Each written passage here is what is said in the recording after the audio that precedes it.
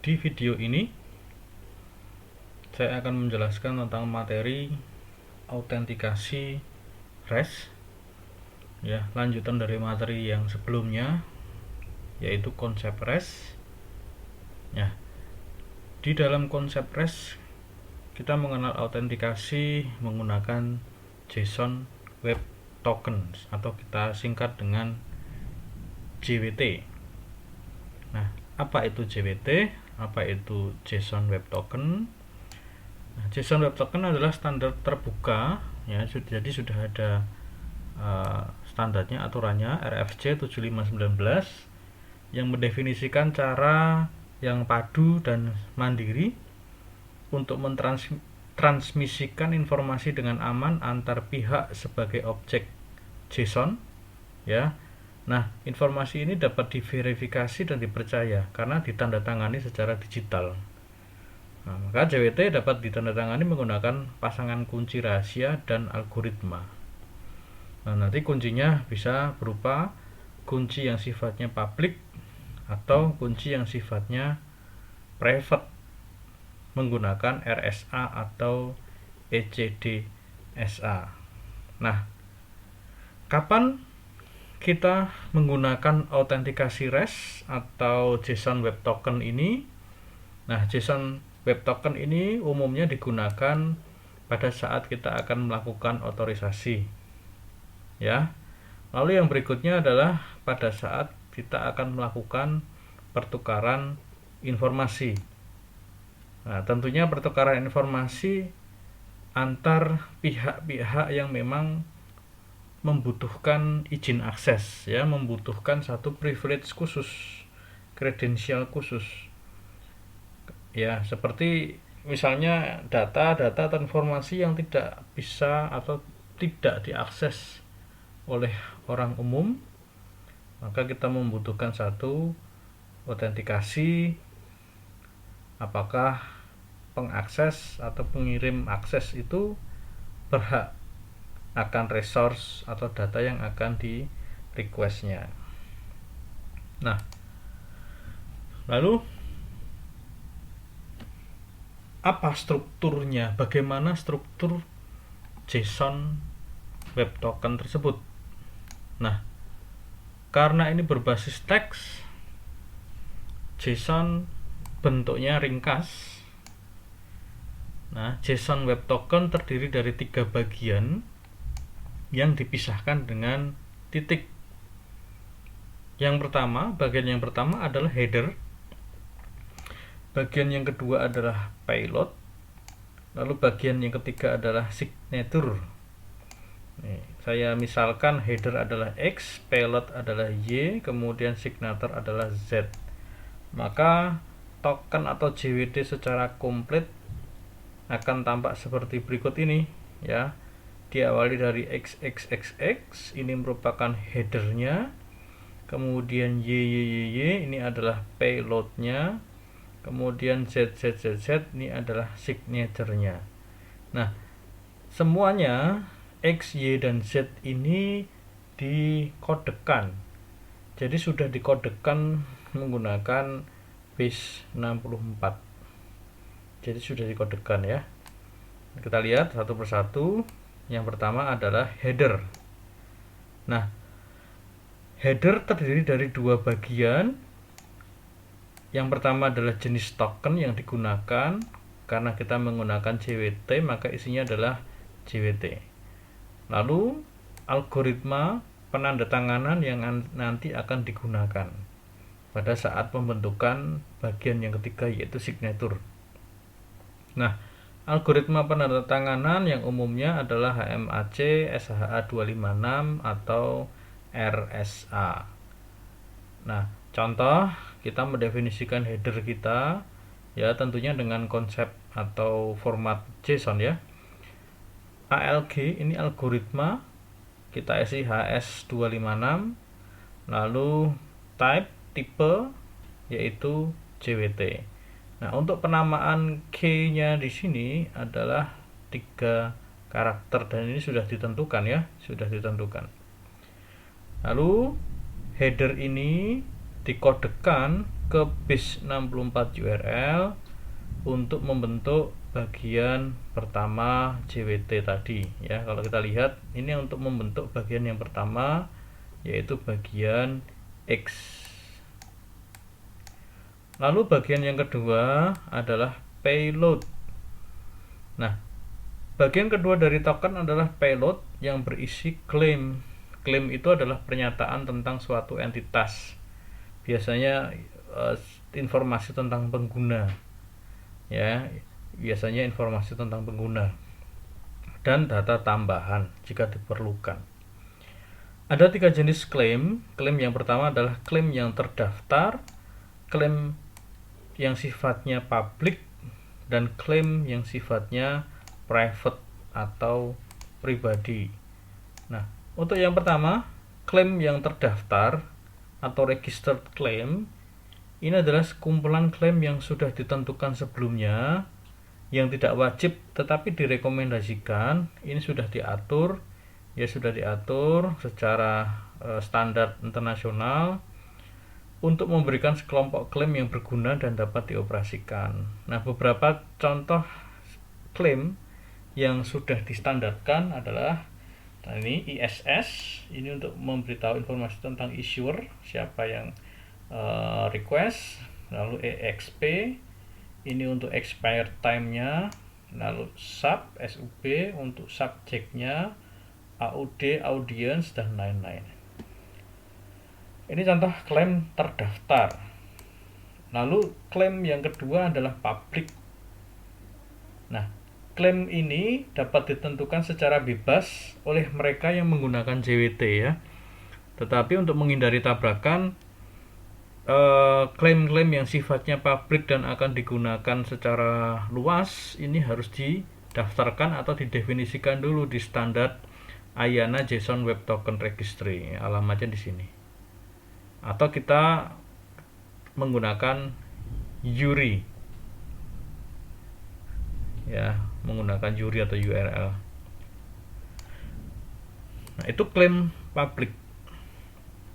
Sedang klaim pribadi, klaim khusus yang dibuat untuk berbagi informasi antar pihak-pihak yang memang setuju menggunakannya. Jadi tidak perlu didaftarkan karena ini tidak atau bukan memang untuk pemakaian secara luas atau umum. Maka tidak perlu ya kita mendaftarkan. Kita cukup sepakat dengan pihak-pihak yang sama-sama menggunakan fasilitas atau menggunakan layanan atau menggunakan otorisasi autentikasi JWT ini. Nah, 3 klaim ya dari isi sebuah payload bagian kedua, yaitu bagian yang Y ini. Nah, oke. Kita lanjutkan. Contoh payload ya, contoh payload. Contoh di sini, ini ada SUB, subject, kemudian name, ini klaim yang sifatnya pribadi, private, lalu ini admin, true. Ya, hanya SUB saja yang terregister atau klaim yang sifatnya terdaftar. Nah, yang kedua ini bebas ya, ini tergantung kesepakatan. Nah, contoh payload yang di atas itu kemudian dikodekan lagi ke base 64 URL untuk membentuk bagian kedua dari token web JSON ya, yang bagian Y tadi ya, yang sudah saya tunjukkan. Lalu bagian yang ketiga dari JWT adalah signature atau tanda tangan digital. Nah, untuk membuat bagian signature kita harus mengambil header tadi, header yang dikodekan, lalu payload yang disandikan, plus kunci rahasia dan algoritma yang ditentukan di header. Lalu kita bisa atau signature itu bisa melakukan penandatanganan. Jadi menandatanganinya dengan informasi header, informasi payload, kunci rahasia, dan algoritma yang dipilih, maka dia akan menghasilkan base 64 URL pula ya. Tetapi base 64 URL ini nanti akan dikodekan lagi menggunakan algoritma yang dipilih. Contoh, ketika kita ingin menggunakan algoritma HMAC, SHA, SH256 dan seterusnya, maka hasil encode B64 di header dan payload ini nanti akan digabung plus ada kuncinya, sehingga itu akan membentuk bagian yang ketiga. Nah, lalu untuk apa signatur itu atau tanda tangan? Tanda tangan digital itu digunakan untuk memverifikasi bahwa pesan tidak akan berubah sepanjang rute atau sepanjang perjalanan ya, dari sumber menuju ke tujuan. Nah, dalam kasus token yang ditandatangani dengan kunci pribadi, ini juga dapat memverifikasi bahwa pengirim token tadi JWT adalah sama seperti yang dikatakannya. Jadi betul-betul dia orang yang memiliki akses ya, seperti yang dikatakan di tokennya. Nah, lalu kita akan coba kita gabungkan semua, header, payload, lalu signature, maka hasilnya adalah 3 string URL base 64 yang dipisahkan oleh titik-titik yang dapat dengan mudah diteruskan dalam lingkungan HTML atau HTTP, sekaligus lebih ringkas ya dibandingkan dengan standar XML atau SAML. Nah, ini contohnya. Merah ini header, lalu ini yang pink atau ungu itu adalah payload, lalu yang biru ini adalah signature. Nah, lalu setelah kita mendapatkan token, kita melihat bagaimana JSON itu bekerja setelah kita mendapatkan JSON. Nah, dalam proses autentikasi, ketika pengguna berhasil masuk menggunakan kredensial mereka, menggunakan akun mereka dan valid, maka token web JSON akan dikembalikan. Jadi pengguna akan menerima token yang sah gitu ya. Nah, karena token adalah kredensial private ya, privasi, maka kehati-hatian harus dilakukan. Jangan sampai token ini jatuh ke user atau pihak yang tidak bertanggung jawab. Nah, lalu setiap kali user yang memiliki token tersebut ingin mengakses rute atau sumber daya yang sudah dilindungi atau diprotek dengan autentikasi, maka setiap kali melakukan request, pengguna harus mengirimkan JWT tersebut, token tersebut ya. Nah, umumnya biasanya ini diletakkan di header bagian authorization menggunakan skema BIR. Contoh dari sini. Nah, rute server yang sudah terprotek akan memeriksa token yang valid di authorization header tadi. Lalu jika ada cocok di server dan yang dikirim, maka pengguna akan diizinkan untuk mengakses sumber daya yang memang di request dan sudah dilindungi. Nah, jika JWT yang dikirim berisi data yang diperlukan cukup untuk melakukan request, maka kebutuhan-kebutuhan yang sifatnya untuk melakukan query ke database tidak perlu lagi dilakukan atau dapat dikurangi ya. Jadi cukup dengan JWT itu bisa memberikan informasi. Nah, jika token dikirim di authorization header, maka CORS ini tidak akan menjadi masalah karena dia tidak menggunakan cookie. Ya. Contoh berikut adalah diagram menunjukkan bagaimana JWT itu diperoleh dan digunakan.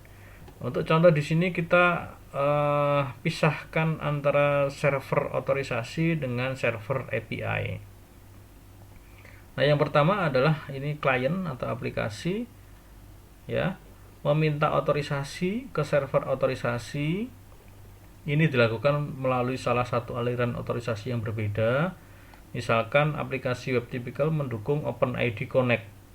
Yang misalkan kita menggunakan server-server otorisasi pihak ketiga ya, maka kita lempar dulu request itu ke server otorisasi.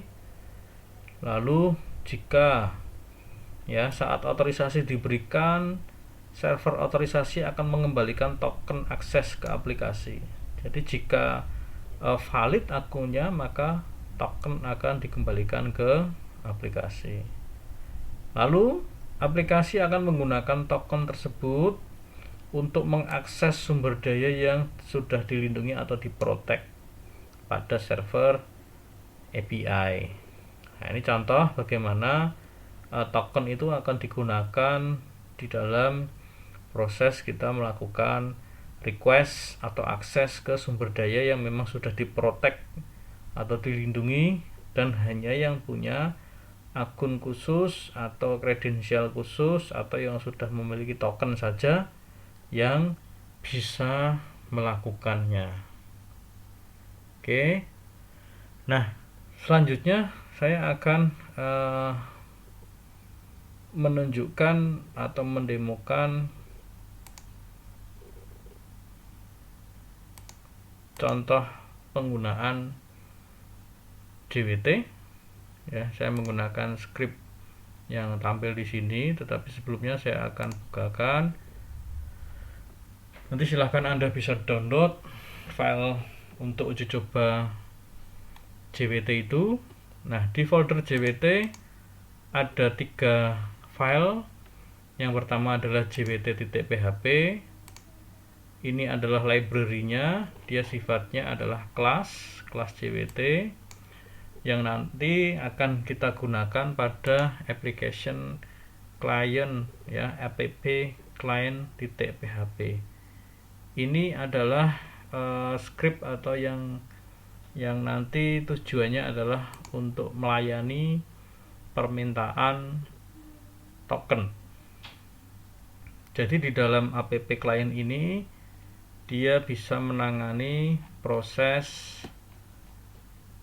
Yang pertama adalah metode post untuk login, lalu metode get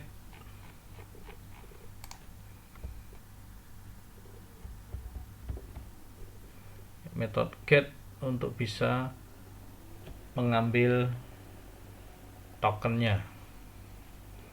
Nah, kalau Anda lihat setiap metode post dan get ini membutuhkan satu baris perintah, yaitu require once, yaitu jwt.php.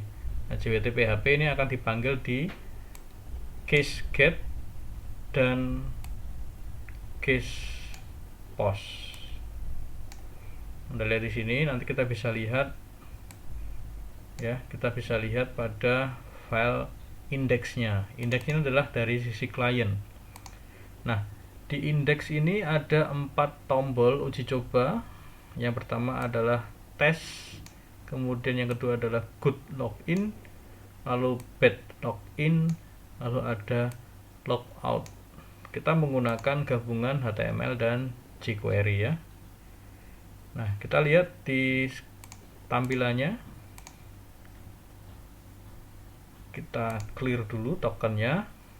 Nah, ini tombol berfungsi untuk kita melakukan cek apakah kita sudah login dan punya token atau belum. Nah, kalau saya klik muncul you are not logged in. Anda tidak sedang login dengan kode token yang valid. Ya. Maka kita akan coba login. Ini contohnya. Tombol yang kedua good login. Kita menggunakan login. Username passwordnya apa? Nah, kita lihat ini. pada bagian ini ya, good login. Tipenya adalah POS, targetnya adalah app_client.php, data yang dikirimkan formatnya JSON, lalu isinya JSON-nya itu adalah username, john.doe, passwordnya fubar. Nah, maka kita cek targetnya kan di app client nih. Saya buka app client, pilih yang POS. Yang POS. Nah, Anda lihat di sini ada kondisi jika POS ini belum terset, maka ambil username kiriman, lalu ambil password hasil kiriman. Lalu username akan dicocokkan dengan nilai John Doe. Lalu password akan dicocokkan dengan fubar. Artinya jika username dan password cocok, ya ini untuk uji kasus ya, kita menggunakan username John Doe dan fubar. Kita lihat lagi di index.html. Nah, kita mengirimkan username-nya John Doe, passwordnya fubar, cocok nih dengan ini. Maka ketika cocok, kita panggil JWT, kita berikan user ID. Lalu di sini ada proses, ini kuncinya menggunakan kombinasi. Lalu payloadnya kita isi dengan user ID yang di sini. Kemudian kita tambahkan NBF dan expired. Lalu payloadnya kita encode, JWT encode. Nah, Anda lihat di sini ini proses pemanggilan method encode pada kelas JWT. Kelas JWT yang di sini. Kelas JWT, lalu pilih yang encode. Nah, di sini dia membutuhkan payload, terus dia membutuhkan kunci atau secret key-nya. Di sini dipanggil, maka menghasilkan sebuah token. Nah, token ini nanti akan dikembalikan. Anda lihat di sini ya, return array sama dengan array isinya token, variabel token ya. Lalu isinya token hasil di sini. Nah, ini akan dikembalikan, baris ini akan dikembalikan ke pemanggil. Pemanggilnya di sini. Jika sukses, lalu local storage token akan diisi dengan data token yang kita peroleh dari app client ini. Ya, di sini.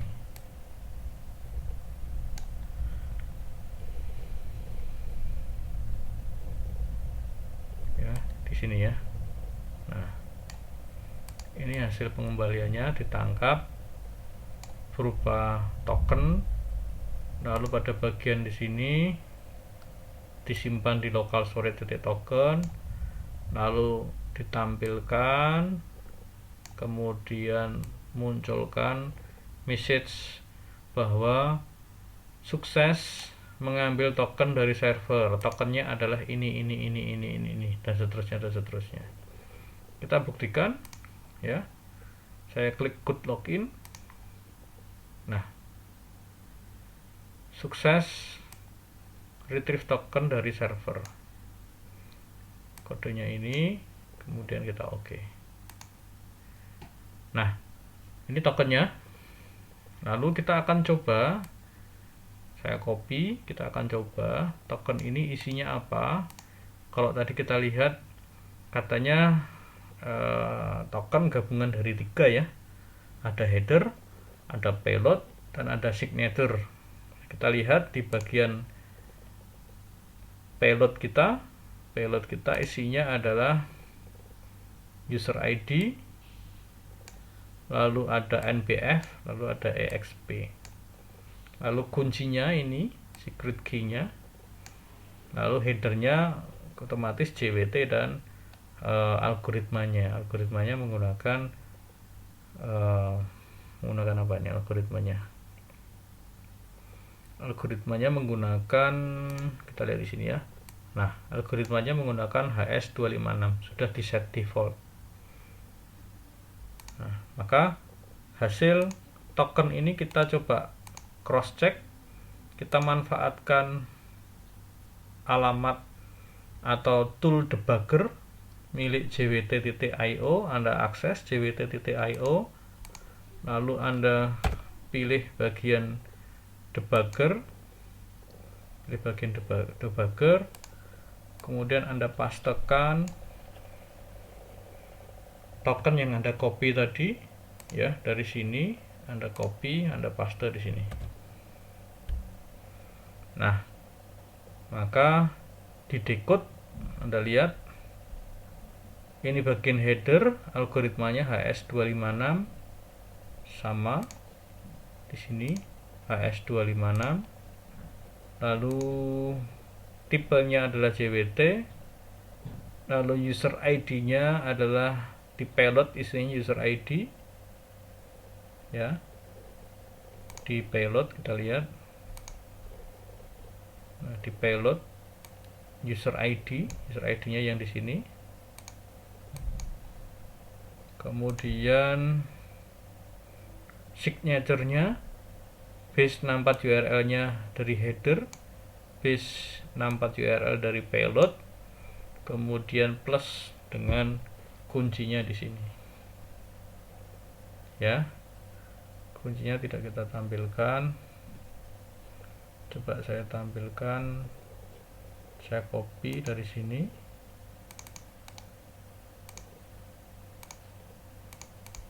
Ini kan kuncinya di sini ya. Nah, signature verified. Nah, ini contoh bagaimana sebuah token yang kita bangun atau kita buat dari 3 bagian ini: header, algoritma dan token type, payload data.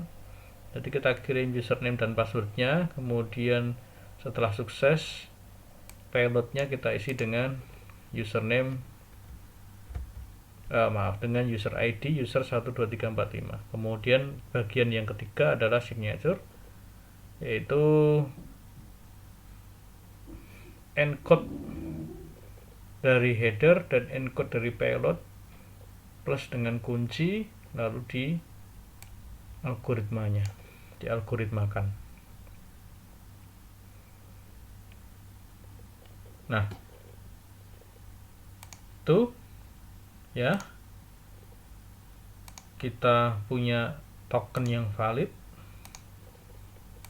Lalu kita clear. Bagaimana ini clear ya, kita hapus ya, saya refresh, sudah hilang, tidak ada lagi tokennya. Lalu kita akan mencoba untuk bad login. Bad login ini kalau username dan passwordnya salah. Kita lihat di bagian index bad login ini di sini. Jika username dan passwordnya salah, username-nya John Doe ya, tetapi passwordnya Huber, sedang di app client ini ditentukan bahwa passwordnya harus Huber, username-nya adalah John Doe, sedang di sini Hubernya tidak sama.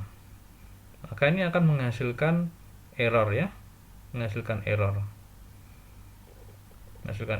atau gagal login. Seperti tadi kita lihat. Nah, error invalid user ID or password di sini ya, error invalid atau data error. Nah, app client ini akan menampilkan bahwa error itu perintahnya atau message-nya adalah invalid user ID atau password. Ini yang ditampilkan di sini. Error, terus muncul di situ, lalu local storage clear. Nah, gitu ya. Kita clear lagi. Lalu kita akan tes apakah kita sudah login. Kita belum login. kita menggunakan tombol ini, kita belum login. Untuk mendapatkan token, kita login dulu. Hasil tokennya di situ, maka akan muncul di sini. Ya. Jadi ini contoh bagaimana proses token itu diciptakan lalu akan digunakan untuk melakukan cek. Nah, ceknya tuh di sini di bagian tes. Ya, di bagian tes dia menggunakan get. Lalu variabelnya adalah yang dikirim local storage token. Dikirim ya. Dikirim ke app client.php. Maka di sini nanti dicek pada case get, tokennya akan ditangkap, diambil ya.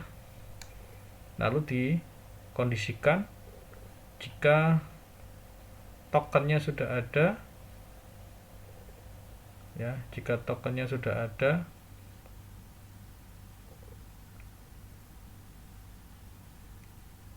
contoh di sini ya, jika token sudah ada, ini jika kosong, jika sudah ada, kemudian ini jika error, beritanya adalah you are not logged in ya. Nah, ini jika di server atau kita belum pernah melakukan login dan kita belum pernah mendapatkan token. Nah, sedang di sini adalah proses pengecekan kita sudah pernah mendapatkan token. Kita sudah pernah mendapatkan token. Lalu dengan kunci yang sama tadi kita melakukan decode. Kita melakukan decode token yang kita kirim tadi ya, ini ya dikirim. Ini tokennya dikirim ke app client dengan metode get, formatnya JSON, dikirim ke sini. Lalu kita coba ya, kita decode ya, kita decode, lalu return array-nya yang nanti akan dikembalikan ini kita cocokkan user ID, isinya adalah hasil dari payload, kemudian yang user ID. Nah, ingat payload tadi kan isinya user ID ya. Jika kita sudah pernah login dan mendapatkan token, maka kita akan memiliki payload berupa user ID. Nah, ini yang dikembalikan di sini. Jika kita sudah pernah login dan punya token, maka dikembalikan user ID-nya berapa dan seterusnya ya. Ini jika tokennya ada isinya. Is not ya, not is null. Not is null kan berarti ada. Null itu kan kosong. Not kosong berarti isi. Jika belum pernah login dan belum pernah dapat token, maka muncul perintah ini. You are not logged in with a valid token. Maka kalau Anda lihat di sini, saya tes, ini valid, saya sudah pernah login dan punya token, ini user ID-nya.